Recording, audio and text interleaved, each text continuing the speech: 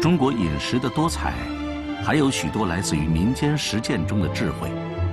这些奇思妙想，丰富了我们的食物，实现了对食物味道完整彻底的体验，成为中国饮食器具中最为令人惊叹的创造。我看了你炒菜，连火候都没掌握准，我要的是外面脆，里面是爽挺的感觉。你炒这个菜方法都错了，先下辣椒，再下花椒，颜色有点浅了。倒回去，倒回去。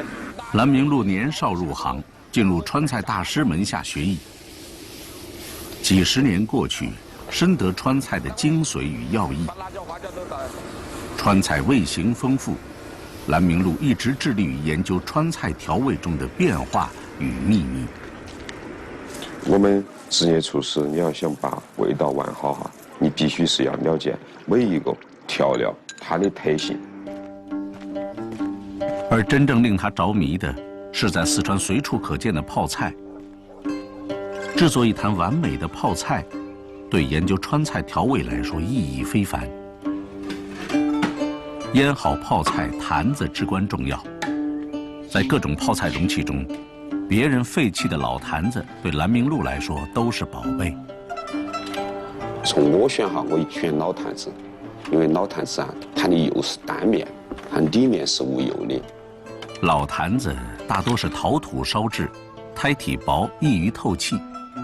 即使长时间的腌制，依旧能保持蔬菜新鲜的状态，吃起来清脆爽口。挑选坛子，大肚小口最为适宜。日久天长的使用中，老坛子个个都充满了灵气。老人讲的，我们要忌坛神，把一个草字点燃了，都在缸里面去，把碳咸水这么一加，盖上盖子，它里面的空气燃烧完了之后，碳咸水就要被吸进去。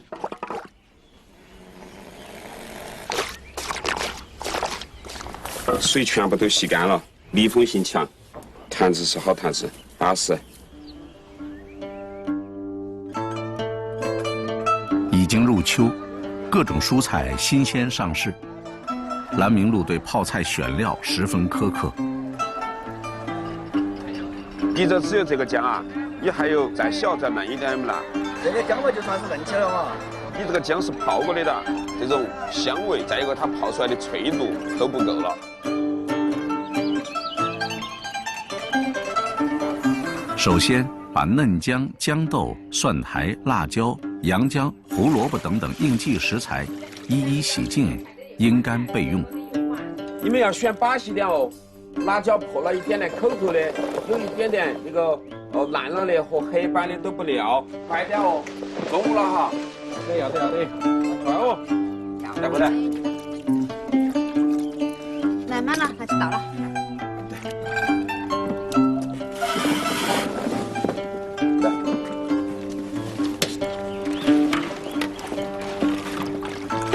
好嘞。取井水，倒入约坛子的1/5，加入大颗粒的泡菜盐，制作起坛水。将食料向坛子的侧面一层层摆放。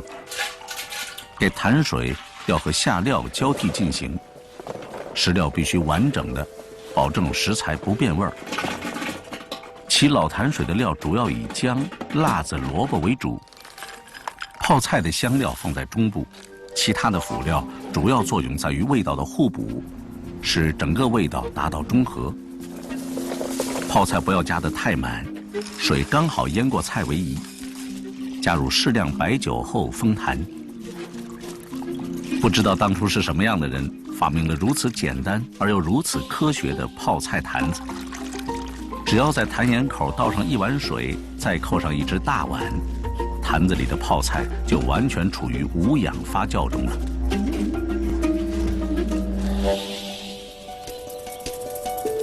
把食物发酵放酸了吃是一种古老的吃法。四川泡菜最早作为巴蜀两国的王室祭祀品，3000多年的历史延续至今。在我们四川，就说家家户户都在泡泡菜，他们每一家的泡菜都不一个味道。像有些人他喜欢吃咸点，有些人喜欢吃酸点，因为他是哪门掌握的，他自己都不知道。他每一家出来的泡菜是完全不一样的哦，他家永远都是这么咸，他家永远都是这么酸，他家永远都是这么脆，他家永远都是这么好吃。难吃的家庭永远进去都是那么难吃。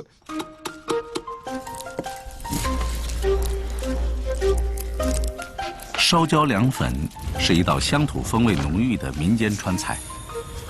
蓝明路做出的味道迥异他人，不仅在于手法传统，更在于他那一勺老坛水的加入。泡菜的复合香味激发了食材的生机，好像遇见这味道的食物都突然被唤醒了一样。一碗凉粉便有了神奇的美味。我一直都认为是泡菜，它是有生命的，它是非常灵气的。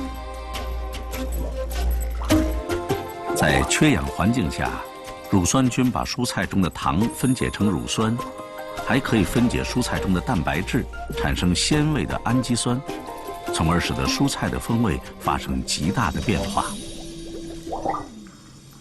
3、4天后，发酵当中的食材会排出气体，甚至会把坛盖顶开，同时坛子会发出咕噜咕噜的声音。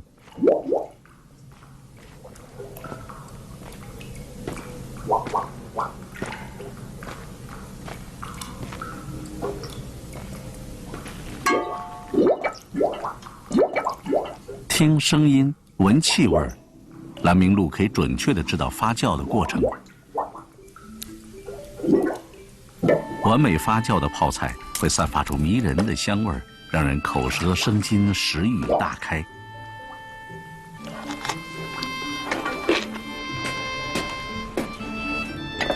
最能凸显泡菜的复合味，带给川菜神奇的菜品是西蜀老坛泡菜鱼。这道菜加入了大量泡菜，鲜香的泡菜能够增香、提味、去除鱼腥。它把所有的调味料都变得那么的柔和，那么的香。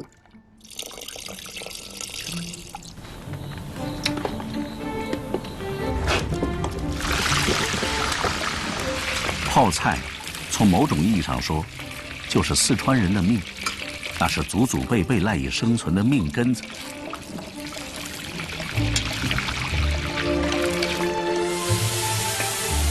泡菜作为川菜之骨，形成了由开胃菜到调料到配菜的演变。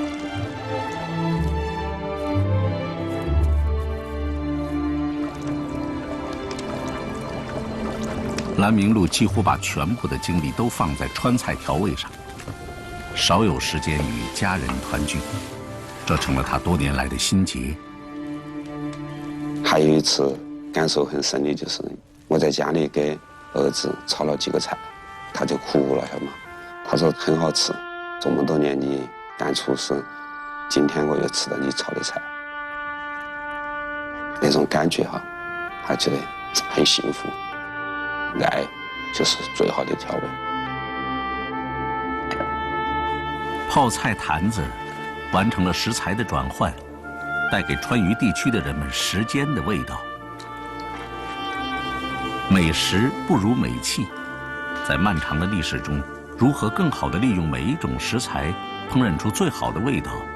从厨具到餐具，中国人发展出了独特的工具智慧和审美意识。